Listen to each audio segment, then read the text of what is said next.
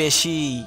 এক লোকের মাথায় প্রচন্ড ব্যথা শুরু হয়েছে। সে হসপিটালে ভর্তি হলো। ডাক্তার বিভিন্ন অত্যাধুনিক যন্ত্রের সাহায্যে পরীক্ষা করে লোকটাকে বলল, ভাই আপনার ব্রেন নষ্ট হয়ে গেছে, নতুন ব্রেন সংযোজন করতে হবে, সুস্থ হওয়ার এটাই একমাত্র উপায়। কি আর করার, লোকটা চলে গেল ব্রেনের শপিং মলে ব্রেন কেনার জন্য। সেখানে পৃথিবীর সমস্ত রাষ্ট্রের ব্রেন আছে। লোকটা জিজ্ঞেস করলো, ভাই কোন দেশের ব্রেনের কত দাম? কর্তৃপক্ষের লোকেরা বলল, আমেরিকার ব্রেন আছে 10 লক্ষ টাকা, কানাডার ব্রেন আছে 20 লক্ষ, অস্ট্রেলিয়ার ব্রেন 30 লক্ষ, আর বাংলাদেশের ব্রেন আছে 20 কোটি টাকা। লোকটা বলল, সর্বনাশ, বাংলাদেশের ব্রেনের এত দাম কেন? তখন কর্তৃপক্ষের লোকেরা বলল, ভাই অন্যান্য দেশের লোকেরা তো ব্রেন ব্যবহার করেছে, যার কারণে সেই ব্রেনগুলোর কার্যক্ষমতা নষ্ট হয়ে গেছে, আর বাংলাদেশের লোকেরা তো ব্রেন ব্যবহার করেনি, একেবারে ইনটেক, যার কারণে এর কার্যক্ষমতা পরিপূর্ণ ঠিক আছে। তাই জিনিস যেটা ভালো, দাম তার একটু বেশি।